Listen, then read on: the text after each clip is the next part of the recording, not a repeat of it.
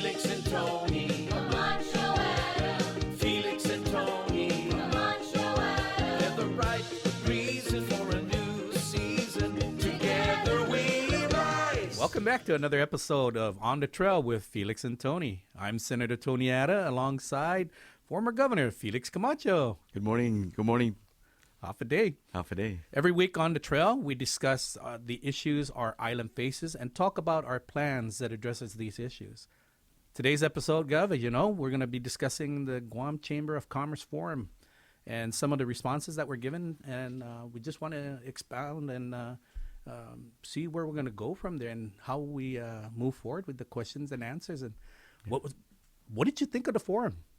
I think it was a really good opportunity to come before the Guam Chamber of Commerce, which is primarily the business community, and discuss several issues.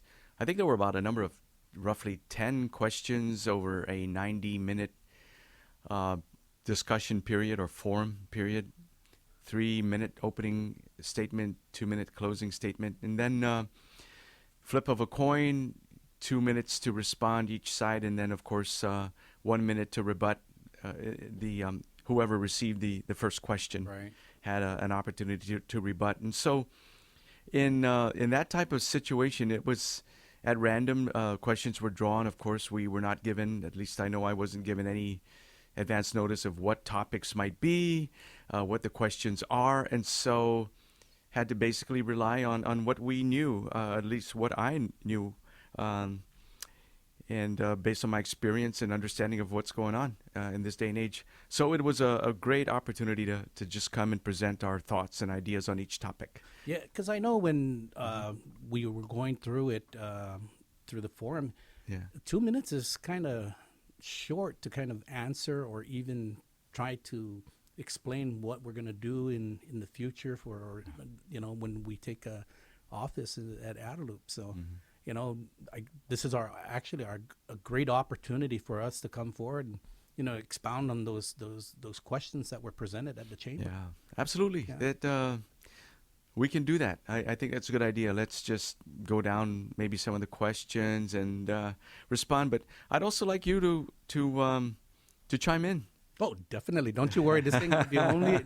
I'm not going to have only you there. I'll be there chiming in along with you. And I know there'll be some questions that would probably we check out on. So yes, yeah, definitely.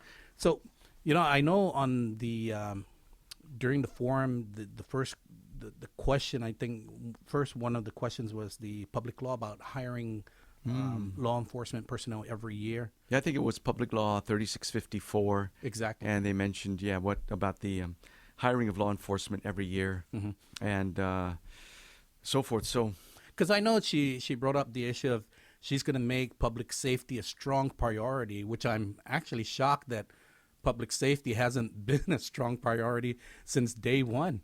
And I know when we take administration, public safety, when you say we're going to make public safety a priority, we're going to make it a priority. And I had initially Mr. Agigi come in as a GPD chief for a short while, Earl Agigi, and then followed by Frank Yoshizaki. And Frank Yoshizaki has a tremendous background, of course, with the FBI as a regional director, and was willing to come on board. He initially was at Department of Corrections, but we brought him on board and followed eventually by Paul Suba. So strong leadership and experience. It was some from outside coming in and one that came up the ranks, a couple of them between Earl and Paul. And I know that for a fact we had more police officers then than we certainly do now. I know that there is, they say upwards of 300 police officers short of what's required to go and serve and protect the people. The real challenge I hear, and you and I both hear on the street from the officers, is that the hours are long, and they're working 6 days a week with overtime all those 6 days, and so the stress and strain with limited resources and personnel to go out and police the entire island has really put a strain on them, and of course their ability to to focus all their energies because they're absolutely just worn out. Yeah, I mean, Wear and tear. Yeah, that can take a toll on a person's health absolutely. and also the welfare of their family. So the health and welfare, is Yeah. important.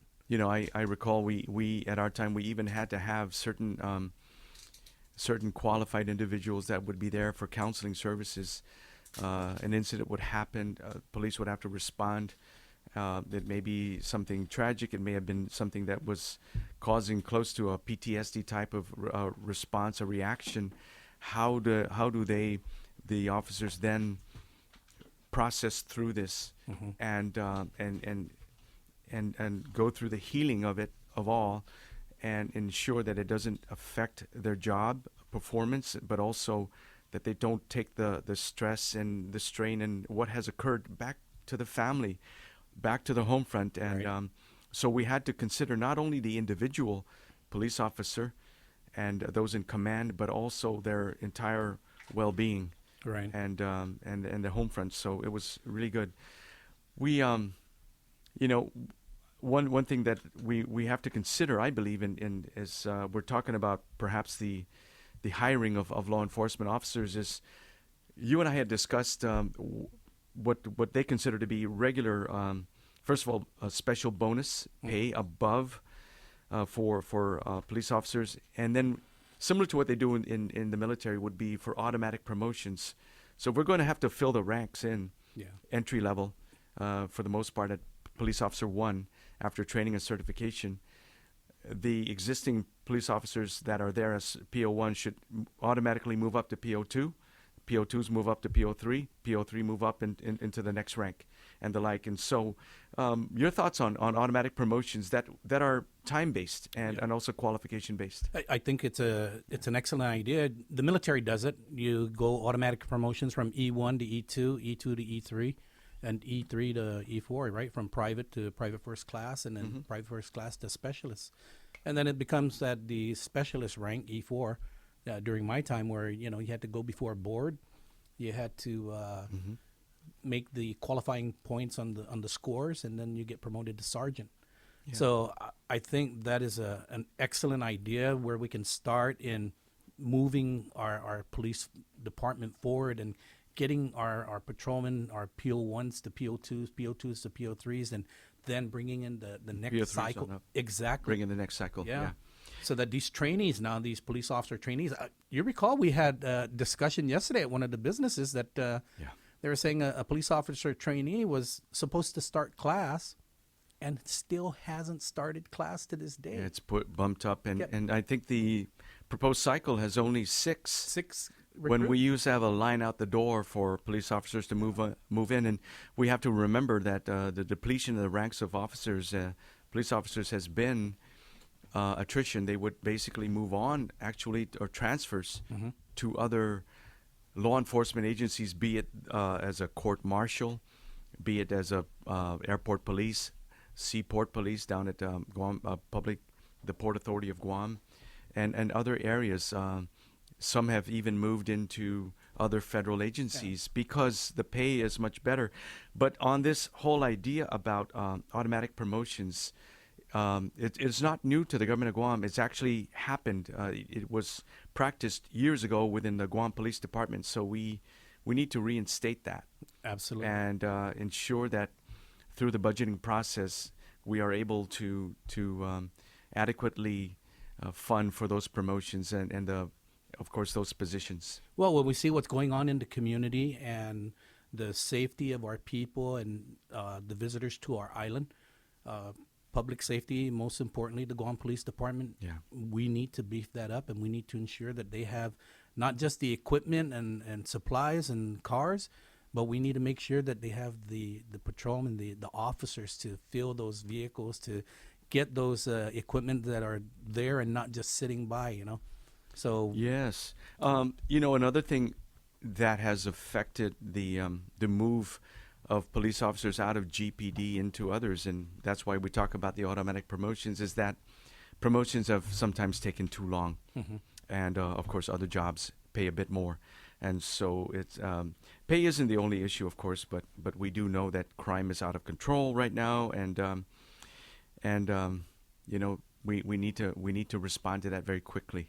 Did So- they ever have? I know you were mentioning about the program where it was automatic promotions. Did they have like a bonus pay for police officers?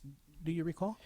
Yeah, oftentimes there would be what's called merit pay bonuses, and so based on outstanding performance, and that you would get a merit bonus, and based on performance. So that's certainly another option that we can consider.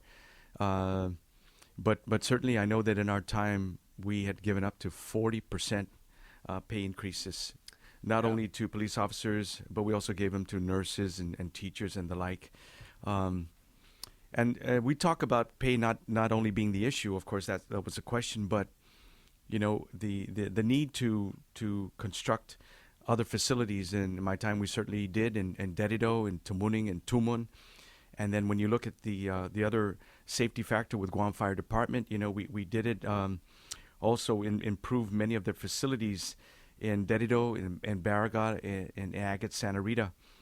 New fire trucks, new ambulances, and the like to equip them, and of course the continued recruitment of officers. I really think that there would be a great push to talk to high school graduates coming out eventually, and bring the officers there and make the promotion. You see what the National Guard has done. Right. The promotions they do for Army National Guard, Air Force National Guard, Army Reserve, and the like, a very well coordinated promotion that you would see into the community, and showing the potential career for these young men and women that would love to go into public safety. I know that my grandson has some friends that have even left island and to join into, say, the armed forces, whether it be police or fire or other agencies, Right. to get the qualification they need and eventually come back, to Guam when they've fulfilled their service. But there really is a tremendous interest in it, I know, but let's do a great effort in recruitment and promotion Yeah. out there. There's many great men and women in the Guam Police Department. I started my military career as a aircraft structural repair. So I used to, I was in aviation, and I used to repair helicopters and fixed wing aircraft.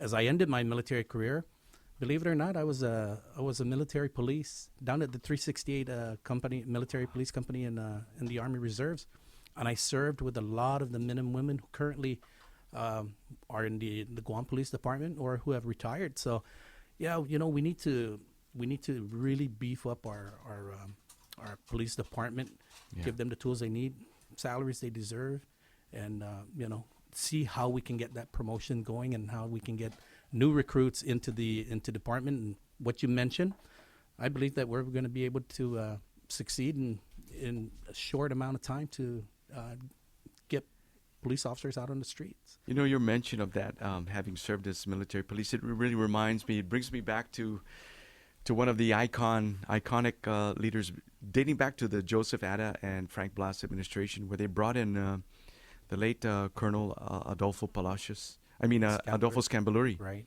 And Adolfo Scambaluri, along with him, he had on his right-hand side Attorney Bob Klitsky, to handle all of the legal matters, adverse action. And in fact, in my role as Civil Service Commission back in the day, director, we had to deal with a lot of the adverse action matters. But coordinating the rights of employees in GPD back in the day, and with Mr. Scambaluri and, of course, Mr. Bob Klitsky as legal counsel. Great memories of how we had to do a coordinated effort in ensuring that the officers and their rights were protected and all. But there's a lot of talent out there. That's Exactly. the bottom line. There's a lot of talent. There to sure reach out is. to. Well, another one of the questions that came up at the forum was on areas where we can reduce or eliminate GovGuam services or things like that. How can we streamline the government process? And let's just discuss some of the points that came up in our discussion. We don't need to mention the name of the corporation that we visited, but well over 30 employees we stood in front of and of course made our pitch. But the questions that came out of these individuals and workers out there in the private sector about the services of Guam that they have to deal with on a day-to-day basis, 5 days out of the week. And that is what really surfaced, is what can you think about in the areas of efficiency and customer service so that we can properly service our clients that require the services of the government of Guam. And what came out of that was they had great ideas themselves. Yeah, they did. In what they had to offer. Senator, Yeah. you want to add to that? Yeah, I think the very first and foremost concern, you can even call it a complaint, was the non-answering of phones at the departments and agencies. And I think sometimes that's what technology has done, is that it's taken away that human factor, right?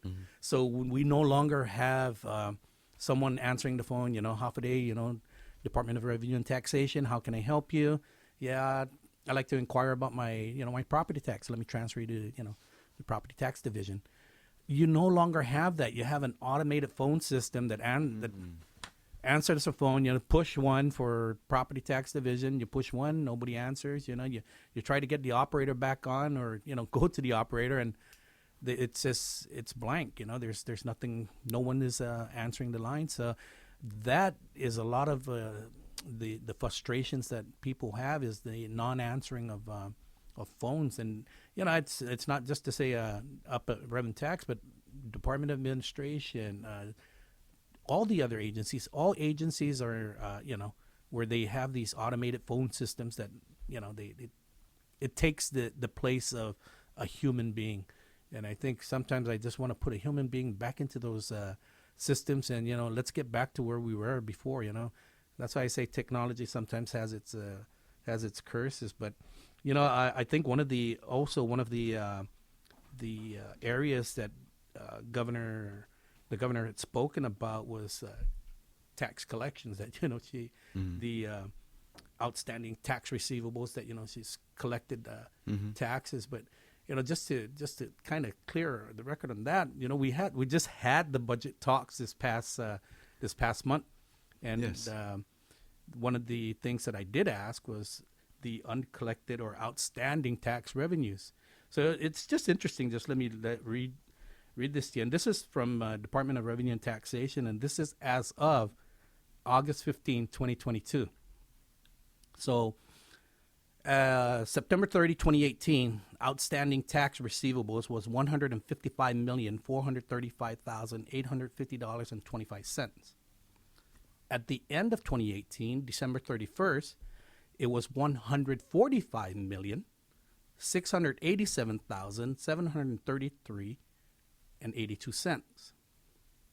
Come July 31st, 2022, the outstanding tax receivable, $166,387,414.44. So tax collection actually was down because we still have outstanding receivables, which from 2018 to 2022 is an increase of almost $20 million. Yeah. So that really is interesting. They, again, with the question as it related to the reduction or elimination of programs within the government of Guam, I have to point to a very interesting thing. It was the privatization of Guam Telephone Authority, and one would ask, why would you take a government utility such as GTA at that time and privatize it? GTA, when I took over, was the last remaining Guam. It was the last remaining telephone authority in the entire United States that was government run. And in discussion with previous board members and other members of management, the discussion was, a question I posed was, can GTA, as it currently exists as a government utility, considering our budget process, our procurement process, the speed and pace of technology and how it's changing, and our customer base, can it remain viable? Can it remain competitive in this new world of communication and technology changing overnight? And the answer was no. We cannot keep pace as a utility. And so as a result, we privatized it. And in working with, what do you do with the GovGuam employees then? Those that wanted to transfer within GovGuam to other relevant agencies that they had the skill sets for, Right. we would do that. What about our retirement plans? We were able to work that thing out. And so it was a very smooth transition to now you can see that GTA as a name and as an entity has continued to survive. And there are still former GovGuam employees that are still there. Yeah, as a matter of fact, I have a lot of my friends that are still at Guam Telephone, and they were there when it was a GovGuam agency, and they're still there today. You're absolutely right. Yeah. And then, of course, you talk about the size of government. Over time, we had reduced government employment by about 1,000 employees through retirement. Very interesting, because when I stepped in, we said, let's take a look at those that are eligible to retire throughout the government of Guam. Not only GovGuam land agencies, but let's take a look at the autonomous agencies that are still dependent upon GovGuam General Fund. And that would be namely the Guam Hospital Authority, Guam Memorial Hospital Authority, GMHA, was certainly one of them. And of course, what we had found was that the last remaining section of these employees that prevented them from retiring was the government of Guam contribution to the retirement fund for them to retire out. And so we had to work to find the available funds, and then in behalf of the authority, GMHA, pay their portion to retirement funds so they were now made whole and then retire out. So those are examples of some of the little details that many were not aware of that we would have to bring and make these people qualified for retirement. So it was a very interesting thing. Another thing that there were many struggles with were we looked at the schools and the school lunch program. Right. Back in the day, most of the schools, if not all of them, had their own cafeteria.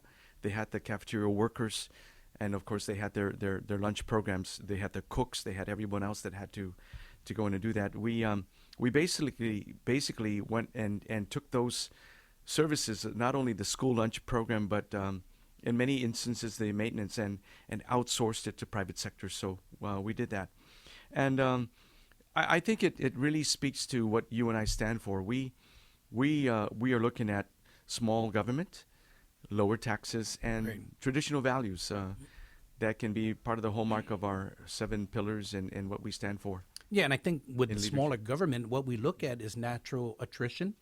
Yeah. Right, from retirement or whatever it may be, and then how we can streamline agencies. Like I remember, excuse me, Governor Calvo was where they consolidated actually, agencies to, bring the like, for example, land management, Chamorro Land Trust, and Ancestral Lands had only one director, so looking at those type of workings that we can do for our government agencies and departments and divisions. And I know that perhaps there are other things that we can do to streamline services. Perhaps maybe, how we do with like driver's license or vehicle registration renewals. If we can see how we can make that a better process. I mean, they already have the technology to do it online. It's how do we now beef up that technology, right? So that, and I think this is a perfect idea.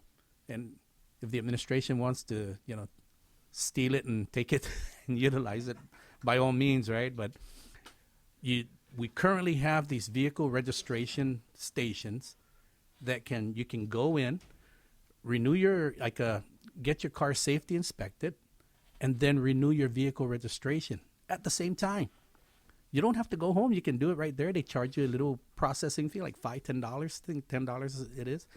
And you just wait for your sticker in the mail, but they print you out a vehicle registration. They print that out for you.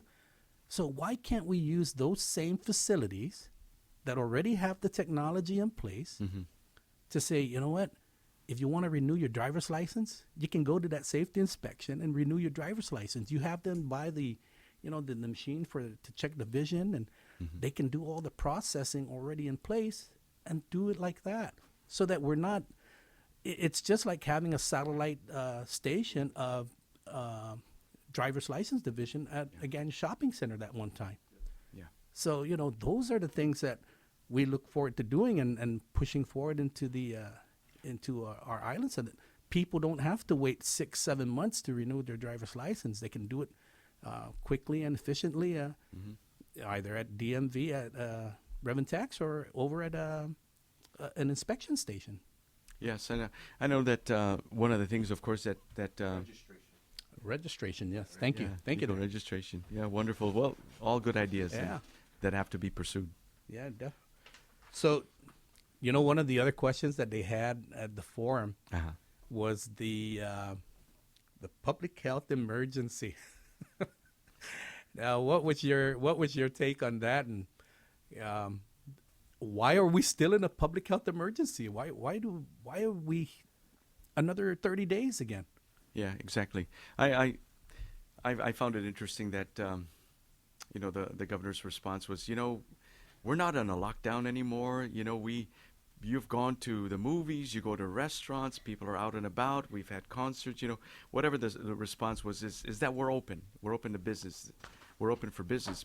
So then, if that's the case, and it's not an endemic, as she says, but it is still a pandemic, yet everything is wide open, and then why are we still in a state of emergency? And definitely it is primarily for monetary reasons. Yeah, I guess milk the federal government for what they can, right? But you have to think about it. All of the a lot of credit has to go to Congressman Michael Nicholas, for all that he's done, especially in the American Rescue Plan and all that he's done for that in I believe his position really in the Finance Committee and his relationship with the chair and others within the committee. Yeah, Maxine Waters, he was able to really to make the case for Guam, and along with the other territories, asking for a greater percentage or share of all that's gone out. Mm-hmm. I mean, we're talking trillions of dollars that were printed and spent out and sent out, and Guam got its share. But when you think about even the earned income tax credit, that alone, Gov, over $60 million. $60 million that we've been paying out for years, and now it's permanent. And it's not just $68 million for today. Mm-hmm. That's $60 million from here, and it could be even higher. Yeah, it's a dynamic number that always changes, and I'm quite sure that at this point in time, if you got that much money freed up from what would normally be an annual allocation spending for earned income tax credit, which was at one time a unfunded federal mandate, Right. that is now provided for thanks to his good efforts. Mm-hmm. That money, I understand the legislature or perhaps some government agencies are looking at how can that then be used for debt restructuring. Mm-hmm. In other words, they want to go out and borrow more money, and here's now a funding source that was typically tied up, $60 million or so plus, that could be used for further either debt reduction or debt accumulation for the benefit of borrowing on certain programs or initiatives. Yeah, and I think also the Medicare cap, right, was lifted, was raised. Mm-hmm. So those are his workings that he was able to do in Congress, and you got to give credit where credit is due. And Congressman Nicholas has really done a lot of work for the people in his 2 short terms. That's right. In Congress, and I think when you really think about it, 4 years, imagine that accomplishment, over $100 million worth of savings to our local taxpayers, right? Yeah, and I'm sure he'll be heading back soon to continue the work until his term ends, and we wish him all the best. Yes, absolutely. And thank him for his good work. And then I think another one of the questions was education, Mm-hmm. the Simon Sanchez School, and also the other educational facilities. Right. That was a very interesting thing, the Simon Sanchez School, and the fact of the matter remains is that we use the municipal lease program, Mm-hmm. with a dedicated funding source to build the schools. And I'm glad to say that they're looking at using that same type of model or structure and how to finance other projects within the government of Guam. At least the current administration is. We get in, we're certainly going to take that and take it to another level. But Simon Sanchez, very interesting about how they put it out to bid, was protested, they pulled it back. GDOE says, well, we're going to take over and we're going to handle this. But they sat on it for quite a while. And of course, then eventually decided that they're going to put out the design phase of it. Mm-hmm. And so the design phase is roughly around 90%, 99%, 95%, somewhere there. But they had to even pull back because of the discovery of a certain rare or endangered species of a certain snail species in the adjacent property where they were supposed to build the school. The idea was to build the school and then go back and tear down the existing facility and then put in your fields, whether they be football fields, soccer fields, track and field, whatever other facilities they were going to include there. So one delay after another.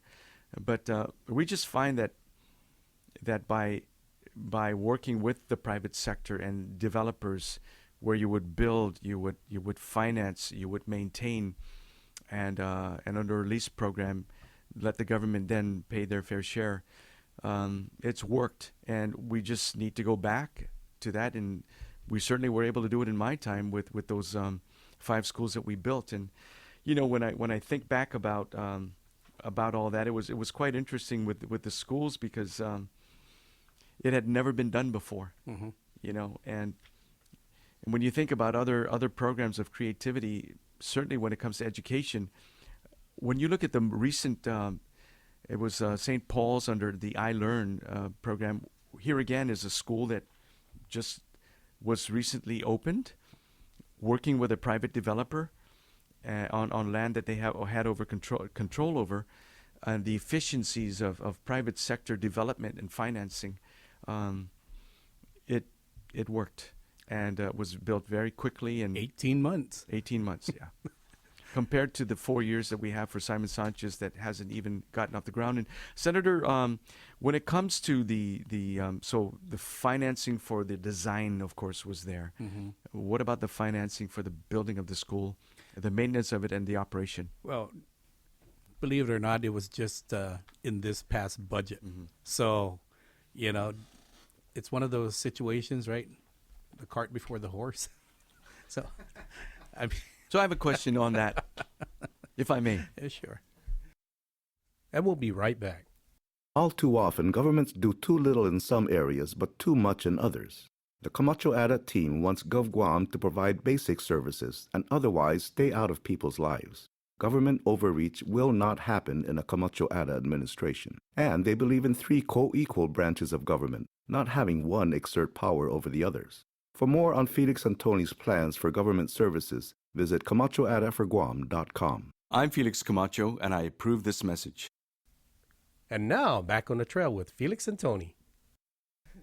What was appropriated for the construction of it, the operation and maintenance, or what came out of that budget process? Well, what came out of that budget process was just the authorization for the financing and for it, and the percentage and things like that. So a final figure still is,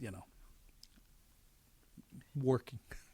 And, I think that's where a big concern has to be is that with the inflation right now, the cost of goods to bring in construction, anybody in construction right now would tell you that it is quite difficult. It's a moving target Mm-hmm. because of the cost of goods and inflation. So you may put out a bid, and of course you're going to have others competing on that bid. And God forbid there's going to be a protest if it's awarded to one company. A losing company or two would put up a protest for whatever technical reasons they can find in it, and then it goes into a full-on legal battle, and who knows how long that would take, because I've seen that happen. eventually that's settled. It goes into construction. Then you've got change orders because what was originally planned and financed for is insufficient. So there's going to be a lot of issues coming forward on that, and we'll see if this model works for as they had intended. And when you look at the infrastructure of our education system, I mean, you got Simon Sanchez, you got GW, you got FBLG. All these older schools now are actually literally falling apart. So I don't know how much more time is going to go by before, they start doing something about it. But I know when we get into office that we will work immediately on it as well. And working on that concept of the lease back programs of the schools that was previously done, I believe we'll be able to do that as well again. Huh? Yeah, I just to be a bit nostalgic and thinking back on my 2 terms coming in after the typhoon and all that we had to do. We had right away to look at the existing schools that were damaged in the education system, and we had to reconstruct 111 new classrooms. Just for the existing schools to accommodate what was happening. And then, of course, we did the funding of 5 new schools. Namely, it was Okadu High School, it was Astumbo Middle School, it was New Liguan Elementary School, it was Atacao Elementary School, John F. Kennedy High School. At the close of my administration, and Governor Eddie was able to go and cut the ribbon on that one. We also did some refurbishment. I think it began with Untalan Middle School. We had worked with GCC in funding and other programs, for their Learning Resource Center, their Student Center, their Allied Health Facility. We worked along with University of Guam in the construction of the new College in Business and Public Administration. And thinking of that one, it goes back to, I remember the days of debating with the late Senator Ben Pangilinan about the funding source. And the argument was, he says, we are going to tap into the hotel occupancy tax, because it's a very lucrative funding source, and we can afford to take away from tourism. And I said, no, we're not going to do that, Senator. Good Senator, we're going to go after the liquid fuels tax. And so ultimately, that was the argument that was presented and prevailed, that the liquid fuels tax on fuel, gasoline, diesel, jet fuel, and the like, was used to fund the building of the UOG college, CBPA they call it back then. But you also rebuilt the Liheng Framagun School at the Department of Youth Affairs. Yes, we did, at DYA. Yeah. And, in addition to that, as part of the learning process, we constructed, I believe, 3 new libraries. My wife Joanne was very much involved in working with Matson on the bookmobile, converting an old school bus or a transportation bus into a roving library around the island for the kids. Now that we mentioned school buses, we also purchased, or I think roughly about 69 school buses for GDOE. And then, of course, when we think about the upgrade of technology, we were able to tap into a program worth $22 million for computers for the schools, back in the day. And that was pretty amazing. And so, and then, if I may, talk about, we're talking about education, discussions with the new Consolidated Commission on Utilities, the CCU, and who now took over GPA and took over the Guam Water Works Authority. The discussion was, and of course even the shipyard, which was then at privatized. What are we going to do about apprenticeship program? And it's centered on the fact that we have a workforce that exists even today, but they are getting older, they're due for retirement. What programs do you have in place to begin to train up the journeymen and get them trained in the skills and the skill sets needed to replace those that are retiring? And what are you doing to bring in new recruits and new employees? And so the apprenticeship program, they really took it and ran with it, So tremendous areas of of when you talk about education. It's such broad based, Yeah, it is. and it touches so many different aspects of our community and public service. And that's one issue that continues to be, a thorn in, on the back, right? Is because it's just continuously being, with the buildings as old as they are, it's one issue that will never go away, because our children need to have that learning environment to where it's going to be conducive to learning, right? Yeah. Our teachers need to teach, and our students need to learn. So, hopefully things start to get off the ground and we can move forward with it. Yep. You know what? Another one of the questions at the forum, I do recall, and this one was a sticky one. Procurement. Yes. Well, what was your thoughts on that, and how you want to expand on that? And Well, procurement is certainly when I think about what has happened over the years within the government of Guam, whether they be rules and regulations that are developed at the administrative level, whether it be procurement within autonomous agencies and the like, and then of course procurement within the line agencies of Gov Guam, those that are always trying to do business with the government, and it is a very, very difficult and complex process that needs to be simplified. yeah, and I think over the years, what had happened is that laws were passed to where you must take a course in procurement, and they offer it up at GCC, and there are different modules, right? And depending on how many modules you complete, would see where you can be in the procurement process, right? So, in order to be, I think, a buyer, it is, or right, anyone that touches procurement, yeah, you have to take these modules, these courses. Right. So one thing I think where we can also improve on procurement is when DOE has its own procurement division.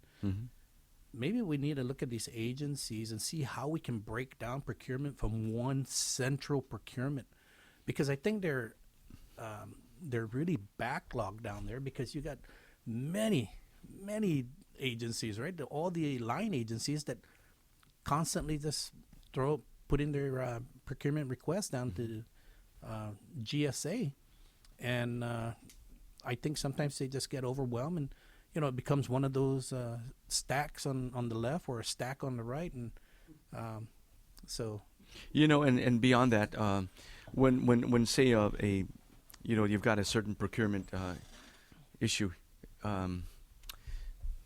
if it's protested, then it typically would go to I believe now the process would be the public auditor to take a look at it.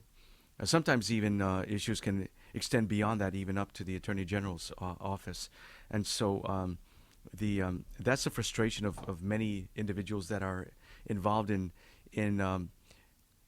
participating in bids for goods and services for the government of Guam, be it a line agency or an autonomous agency, is just the frustration and what they call the red tape of the procurement process. And then when you win and you begin to provide the services, it's actual collecting. There are many vendors out there that will tell you it is a very, very difficult situation to get paid on time.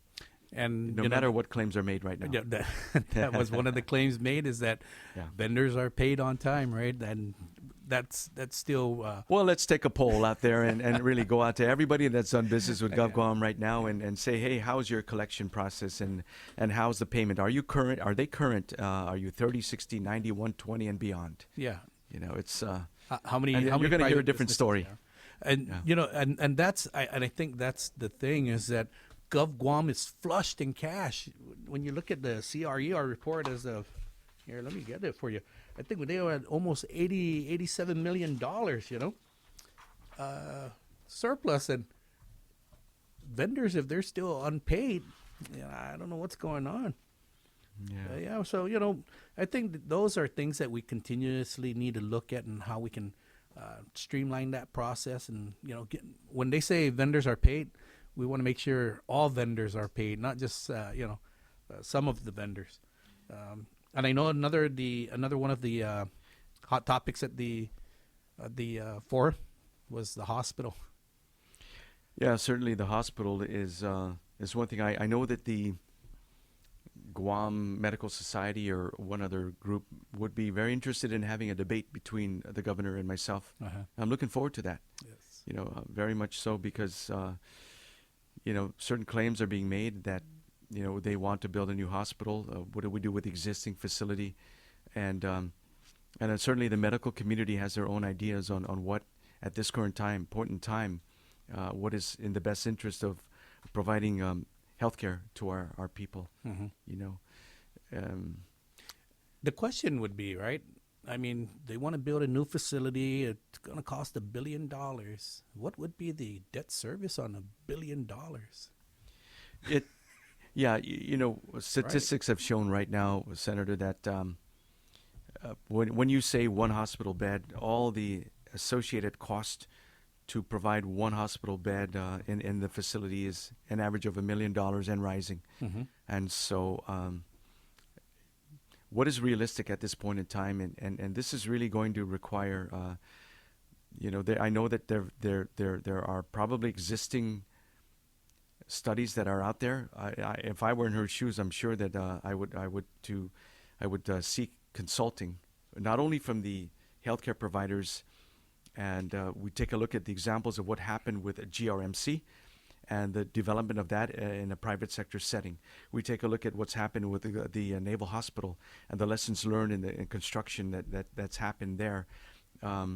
There is much to be gained from that. We look at other private facilities that have recently come out, such as the American Medical Center AMC group, and what they've been able to do that. It's exciting to see how different groups. I know Dr. Tom Shea recently christened and ribbon cutted a recent his new facility there on Governor Carlos Camacho Street. I love that street. Beautiful facility, but you can see that the investment of those healthcare professionals into the community, providing their services. Back in the day, we had the Guam Radiology Center with Dr. Berg and all the facilities that are provided there just down the street from the hospital. Others that are providing physical therapy, cancer treatment and the like. So the ancillary services that are surrounding a main facility, the location of doctors and other nurses and healthcare professionals that provide the services, and the proximity and driving distance to that main facility are all factors that must be considered as a community is built around that. And so if decisions are made to go and build in a new location as they are planning up in Eagle Field, the infrastructure costs alone have to be considered.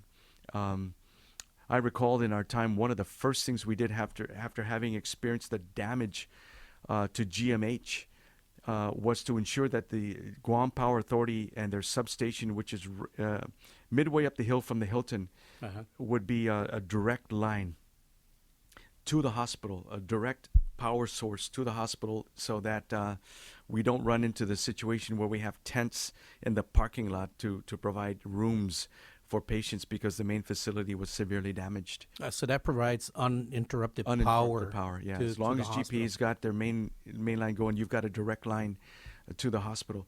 So, facilities such as that, I remember the upgrades that were made to ensure that the water pressure and the water line from GWA going to the hospital again was upgraded. It's been a long time since then, and so much to be considered. Well, I know they said that the Army Corps of Engineers estimated to build a new facility about $740-some million. So the question 743 was a figure I believe she quoted. So the question would be, when you have such a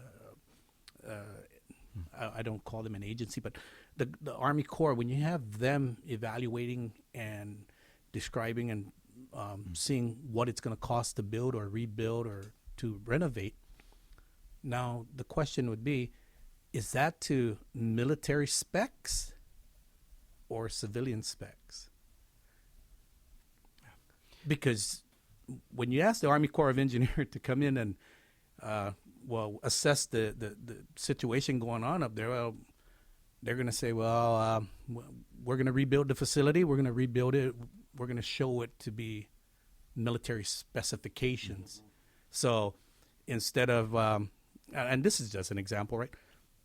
4-inch walls, we're going to require 8-inch walls. Yeah. So things like that, right? And I think that's what needs to be checked on. And let's get a private company that are experts in building hospitals, and I'll bet that the cost will be much lower than $700 million.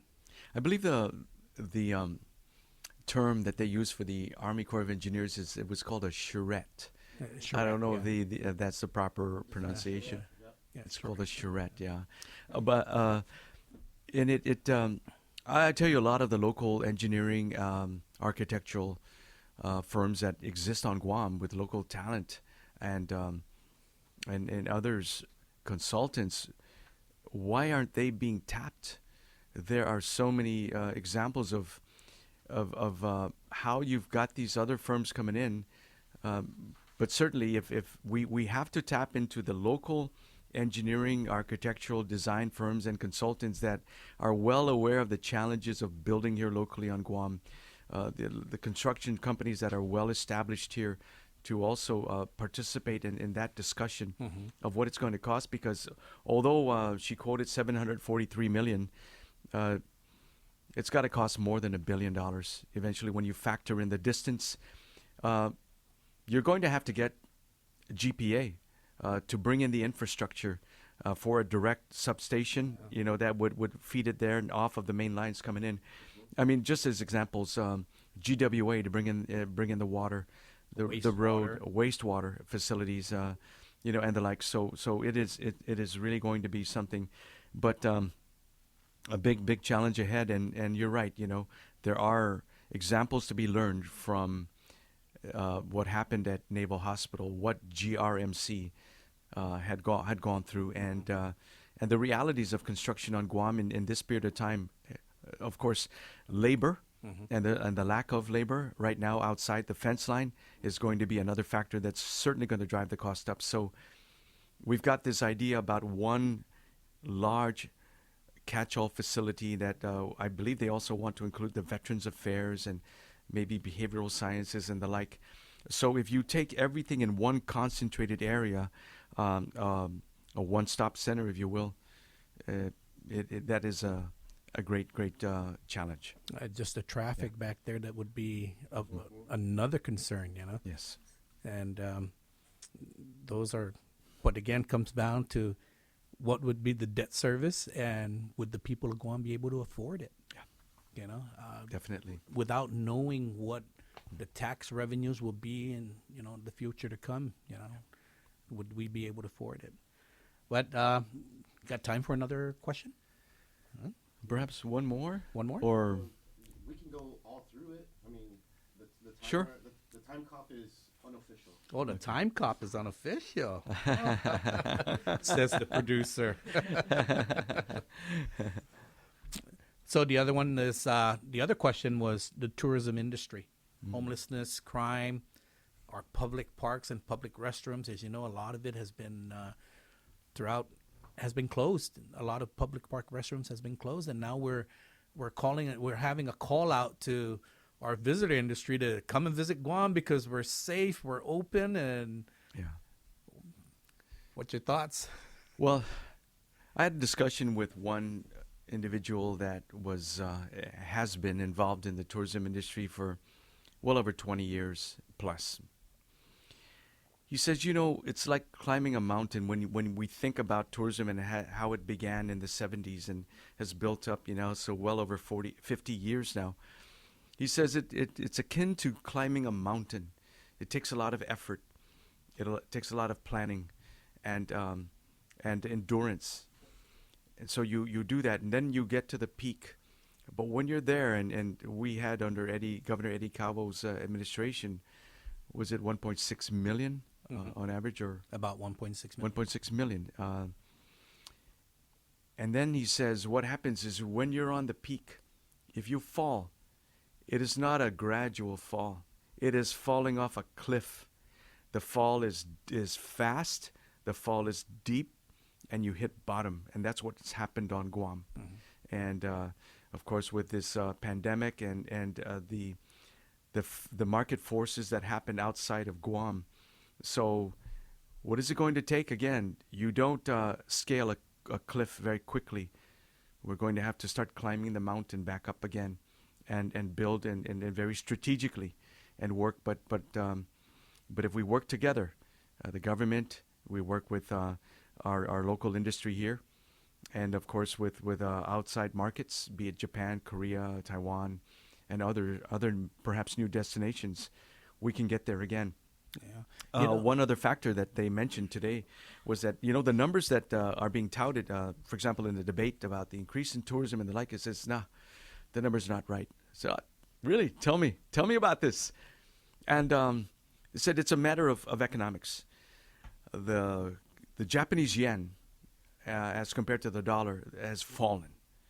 And so the same has happened with the Korean won. It has fallen. And so in relation to the U.S. dollar, meaning the spending power of the tourists that would come to Guam, either from Japan or Korea, has drastically fallen. And so they are preferring to stay home, not board a plane or go elsewhere. If you're in Japan, you may go to Okinawa, or you may travel within the country, and not if you are wealthy, they're probably at this point in time either going to Hawaii or to Europe. Yeah. And so those are the other external factors that are affecting. And again, they said the numbers that are being reported right now are not true.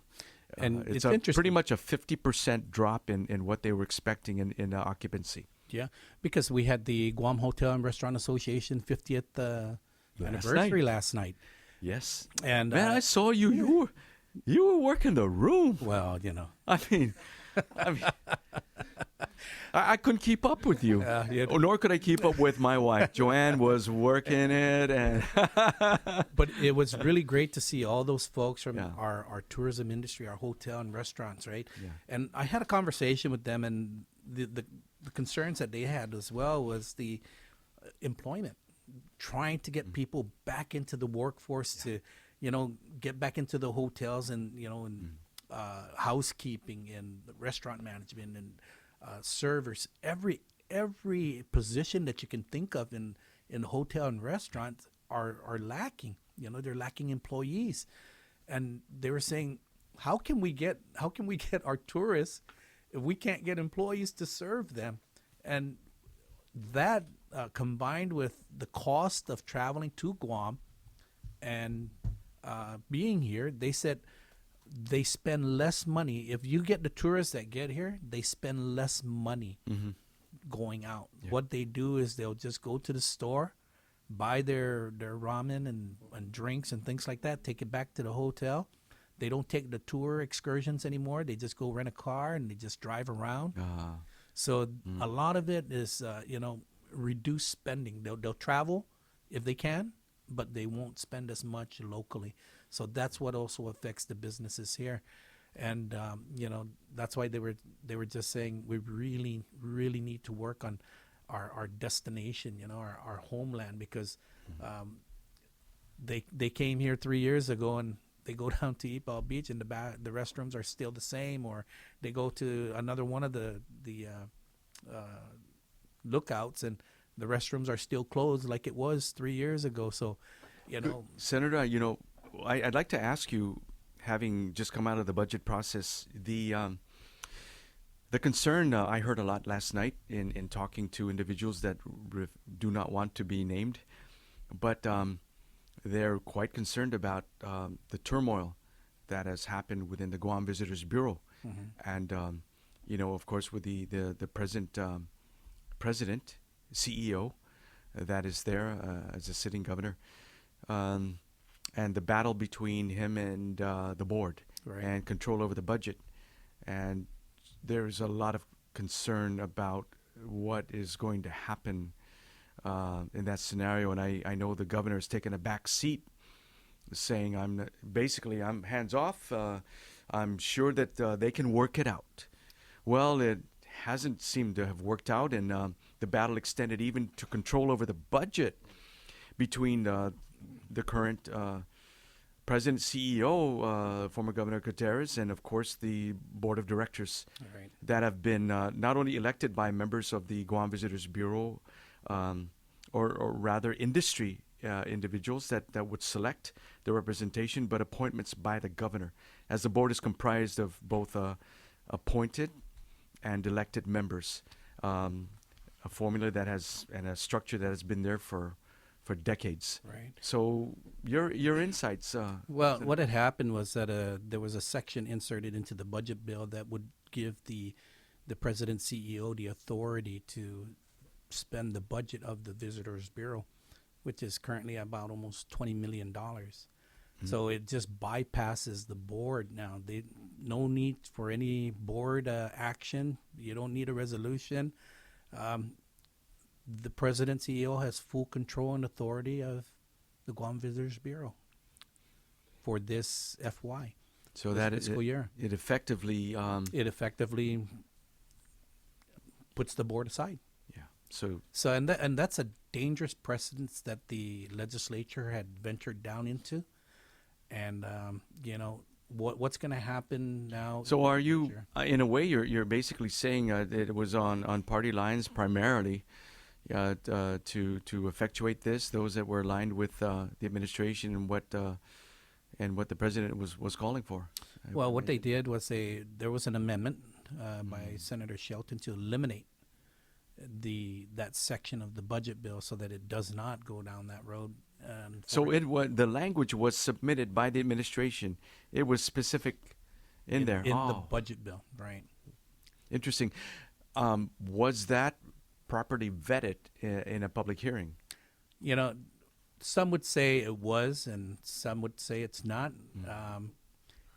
There was a letter from the Visitors Bureau, but according to some members that, like you, I would not say that was not what the board had actually put out. So there's a lot of questions and concerns, and moving forward with the Visitors Bureau Authority, how it's going to affect what's going on, because completely no action needs to be taken by this board Yeah. for the president to do anything. So in effect, you now have a one-man show. Right. Directing the tourism industry and its recovery Right. moving forward. Right. Wow, very interesting. With a $20 million budget. That's scary. Yeah, Yeah. it is. Yeah. And goes to that. Yeah, and once again, you would think in a democratic type of scenario in an industry like this, which is the number one industry and it has been the economic leg for Gov Guam and the people of Guam, the industry, the people that are involved in the industry have no say. Right. And that is very concerning, I think, to those. And that was basically the theme that I heard last night in discussion, was that, man, we have no say. I was Scary. I was surprised with the inactions of the governor, being that this is her board that she appointed, and to not, back up her board, because the board is the one that selected the president. Mm-hmm. So it just I'm just shocked, and I'm worried what and how it's gonna end up. Yeah. So with a one-man show at GVB and how it's gonna move forward remains to be seen. Well, you posed a very legitimate question that I believe many people have answered in the industry. Mm-hmm. Why? Yeah. Why would the governor take a back seat and allow this to happen? The simple answer that people on the streets are out and the industry are saying, politics. What they recognize is that you have a influential, charismatic former governor sitting at the helm of GVB, and Uncle Carl, as many refer to him, is a political force Mm-hmm. in the Democratic Party, and And they believe, that, of course, that he has his loyal followers that have been part of his political career for many years. And so he is influential in being able to sway his supporters one way or the other. And I think the governor did not want to risk losing the influence of Uncle Carl, and his followers. This close to an election? This close to an election, yeah. And so let's get through this. Let's, okay, Uncle Carl, I'm gonna step aside. You do what you want, and I'll make sure that I get our party people lined up. We'll include this in the budget. We'll get it through, and let's get back. Let's pass this election. So this is not Felix Camacho saying this.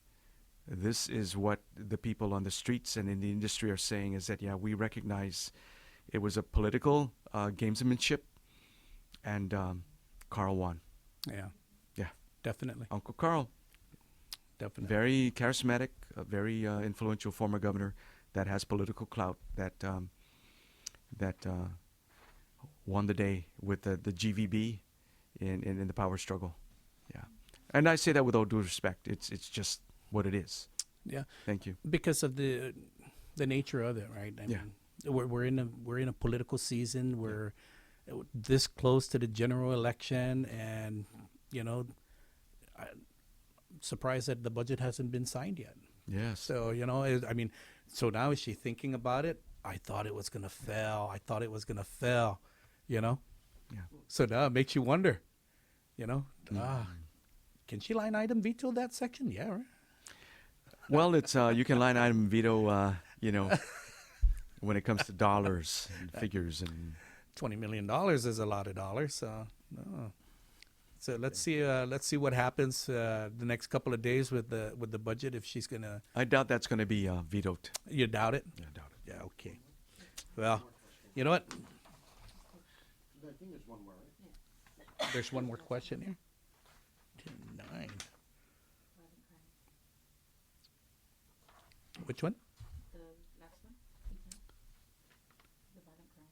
Oh yes, almost missed this one. Wow.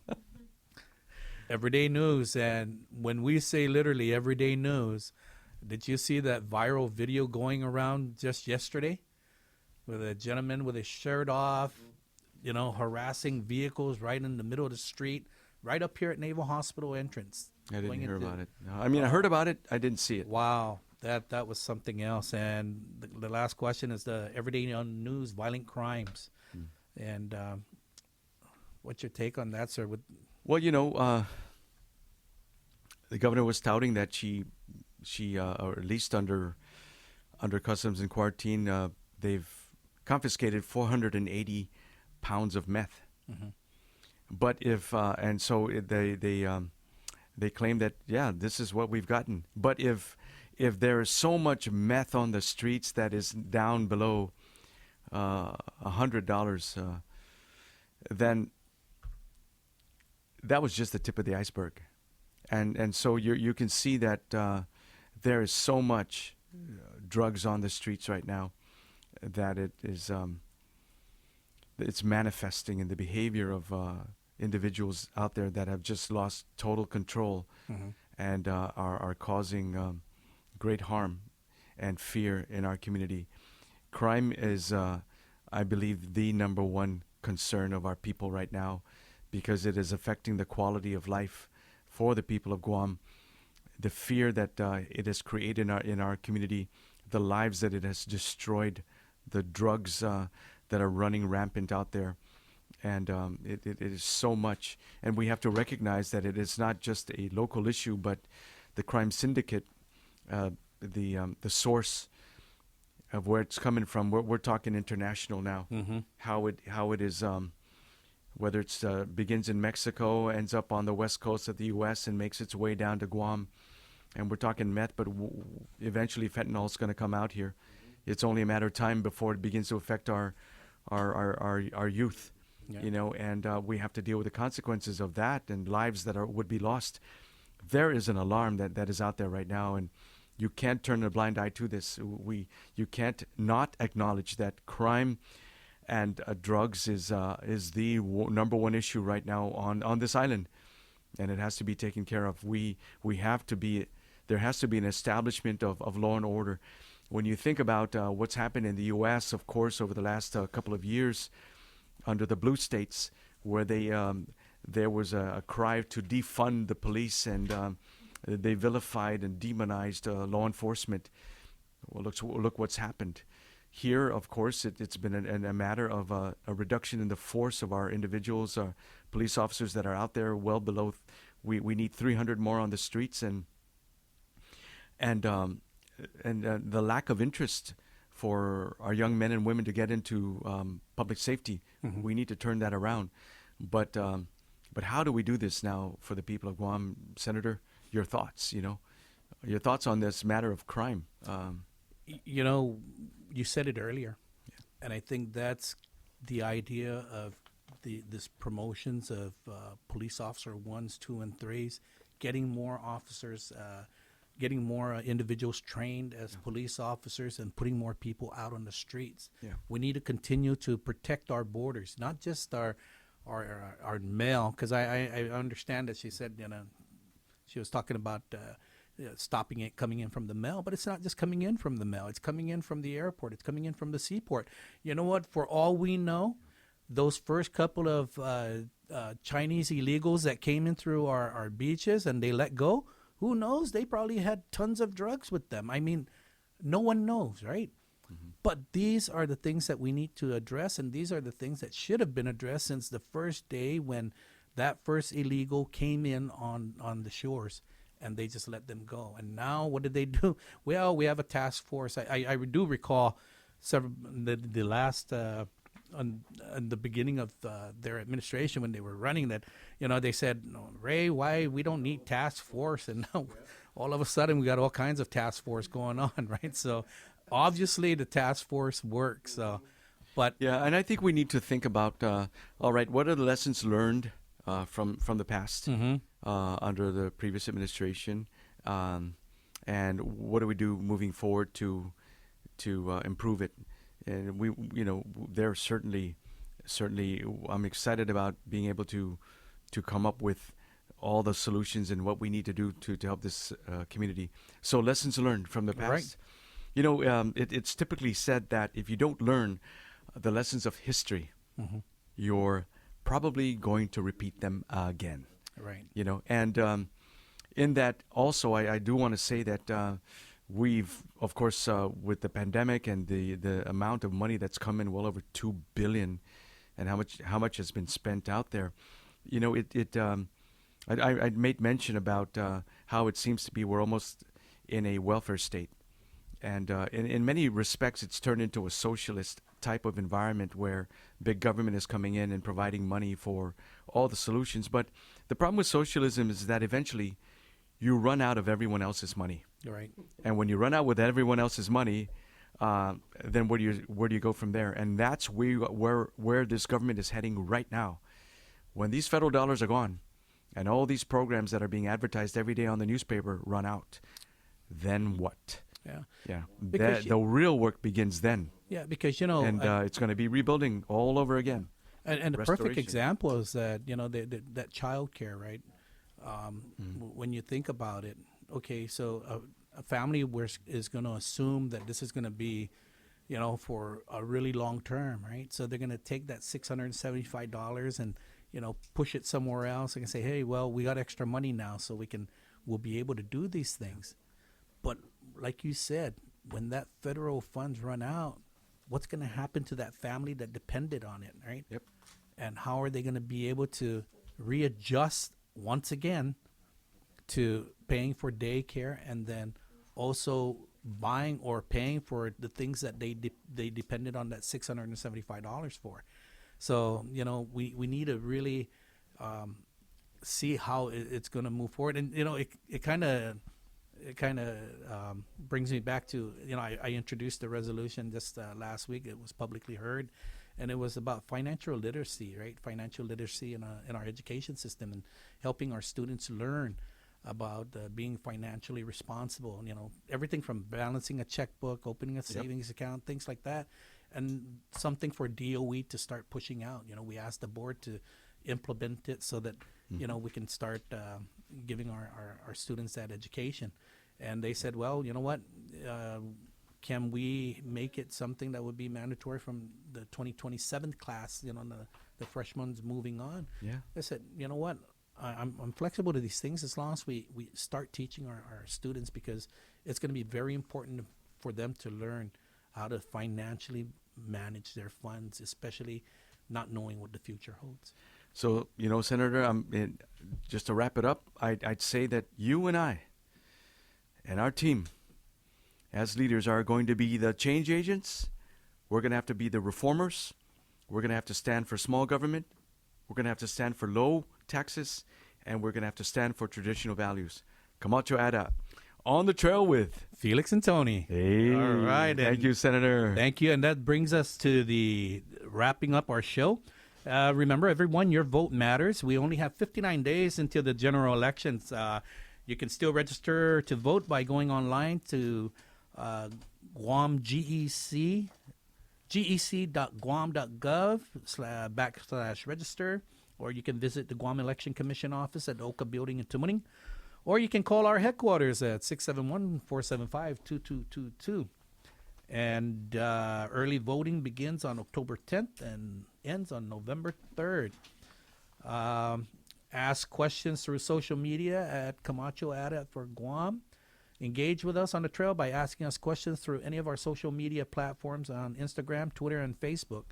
Your questions can be sent to us in text, audio, or video. We still haven't gotten a text, audio, or video. I'm looking forward to that. We look forward to engaging with you in the digital space and answering your questions on the show. And join us in our upcoming events this week. And we got September tomorrow. 11th. Tomorrow, September 11th, we do have our 2K walk run, in memory of all those who have perished on September 11th. We keep them in our prayers. We keep the families, the survivors, also in our prayers. And, let's memorialize those on September 11th and keep everyone there. Be safe, everyone. Once again, on the trail with Felix and Tony. And we'll see you next week with Felix and Tony. Thank you. It's just Felix and Tony.